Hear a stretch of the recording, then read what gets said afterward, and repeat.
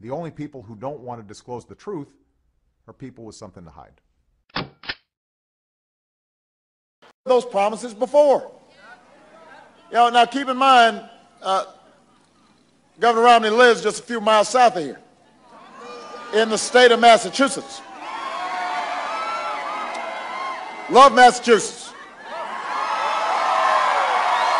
So, but during Governor Romney's campaign for governor down there, he promised the same thing he's promising now.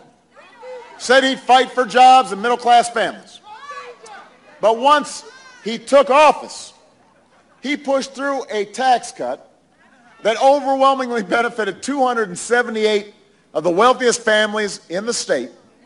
And then he raised taxes and fees on middle-class families to the tune of $750 million. Does that sound familiar to you?